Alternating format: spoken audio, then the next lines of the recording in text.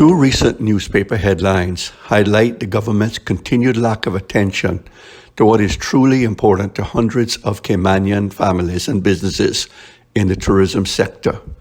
The first, in the Caymanian Times, notes concerns of tourism workers that the future of the tourism stipend is pending and may be in doubt for many who depend on it to feed their families.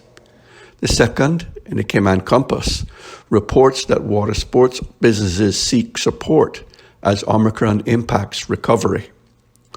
The Caymanian Times story notes the ongoing concern of unemployed former tourism workers that tourism will be stalled for the foreseeable future. Recent government statements have meant that the status of the continuation of the $1,500 per month stipend payments has become a matter of concern for many recipients. The Cayman Compass spoke to a representative of the water sports industry who had similar concerns. The representative said that he was hopeful that government would continue its financial support for businesses and people in the industry. He said it was clear that the road to recovery would be a long one and support would need to be tapered to allow small businesses time to recover. We have been saying to the government over and over that tourism would be very slow to return. We implored them to continue with the government's support of Caymanian families and businesses struggling with the absence of any real and sustained return of tourism. We asked that government prioritize such assistance for families and businesses.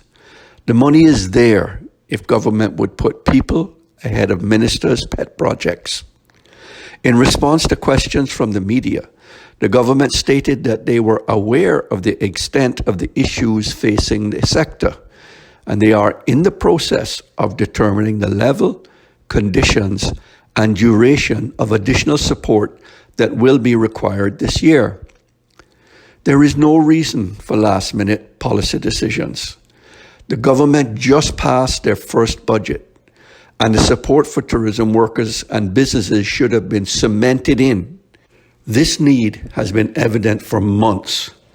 We have certainly been beating the drum that continued and improved support was necessary.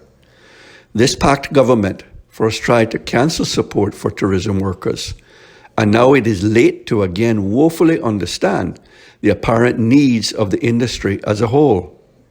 In contrast, we have been proposing better support for tourism workers and ongoing support for businesses from the very beginning. It is time for the government to commit to meaningful help for all involved in the tourism sector. Action and not lip service is needed. As has seemingly become the norm, I suspect that once the opposition speaks, the government will listen and hopefully act.